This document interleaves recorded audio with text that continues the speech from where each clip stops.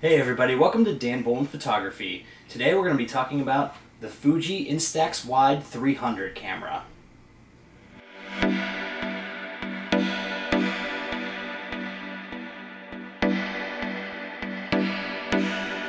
So the Fuji Instax Wide is an instant film camera, and it's one of the few instant film cameras that's still being manufactured today. I know Lomography makes an instant film camera. The Impossible Project also just released a new one called the i1, and Fuji has their Instax line, and they have a couple different models. There's the mini version, which shoots basically sort of postcard or postage stamp or photo booth style instant prints. And the Instax Wide shoots a larger print that's a little bit wider than your classic square Polaroid frame, hence the name Instax Wide. So as far as film for the camera goes, it takes this Instax Wide, obviously, version of film.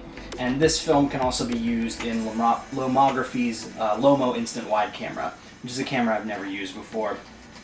As far as I know, they only make color film for the Instax Wide camera. I looked for black and white when I first bought this, and I couldn't find anything. And that was one of the reasons I actually got into the Impossible Project film, is I wanted to shoot some black and white instant photos.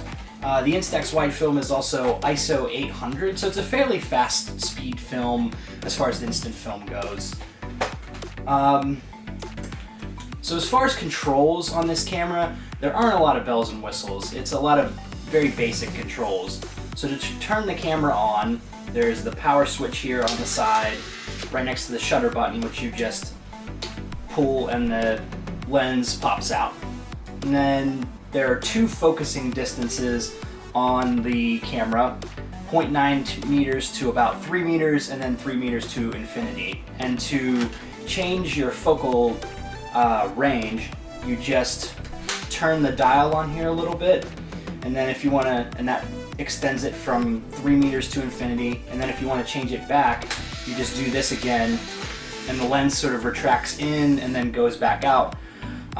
So pretty basic in terms of focusing. I think the default is 0.9 to 3 meters, but I will usually switch it from 3 meters to infinity since I'm usually shooting sort of more landscape type stuff because of the wide frame. On the back of the camera, there are literally two buttons. There's a button to turn the flash on and off, and then there's an exposure compensation button marked LD. L will give you a brighter or lighter image, and D will darken the image. So if you take a photo and it comes out too bright, you can darken it, and vice versa. And then the shutter button is just here, right on the top, next to the power button, and that's what you're going to press to take the photo. Now the viewfinder is on the side of the camera here, and I've noticed when looking through the viewfinder that it doesn't really match the frame at all. It kind of leaves out information on both the left and the right side, so the print that you'll get is actually a lot wider than what you see in the frame. For instance, here I took a photo and I drew some lines to show where the viewfinder actually showed and what was actually in the picture is outside those lines. So whenever I'm taking a photo, if I'm framing up, I'll usually take a step forward, or maybe even 2 steps forward, just to make sure that I'm getting in as close as I would like on my subject. So now I'll just do a quick demo on how to load film into the camera. It is extremely easy. So there's a tab here on the back that just you pull down on and it pops open. And I've already got an empty cartridge in there. And then you're just gonna take your film and tear it open out of the pack. There's a line on the packaging of where you gotta tear it off. And then on the back of the film, there is, just trying not to drop the camera.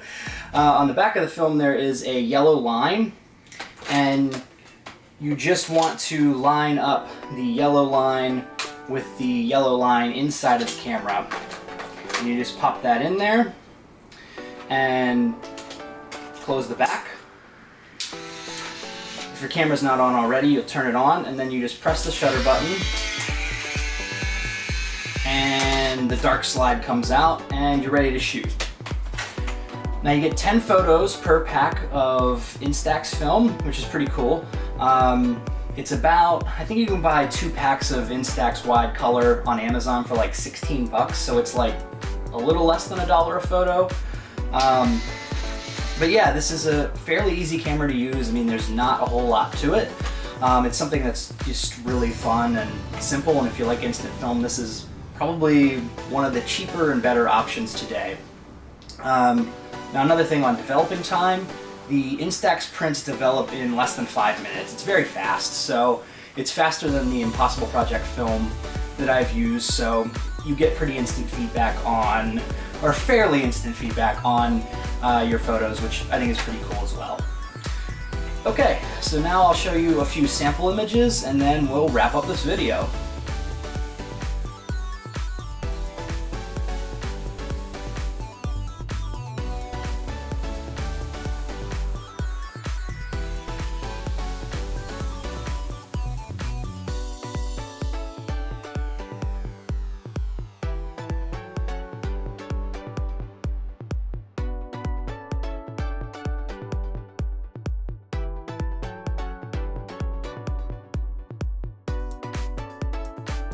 Also, just want to point out, it's like 1,000 degrees in here, and I had to turn my air conditioning off to film this video because it's too noisy. So if I'm sweating a lot, that's just because it's extremely hot today. Alright, so that's all there is for this video.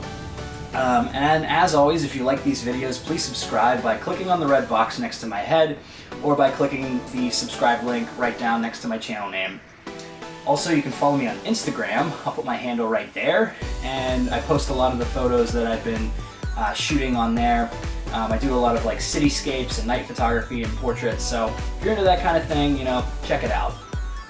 Alright folks, we'll see you soon. This has been another episode of Dan Bullman Photography. Peace.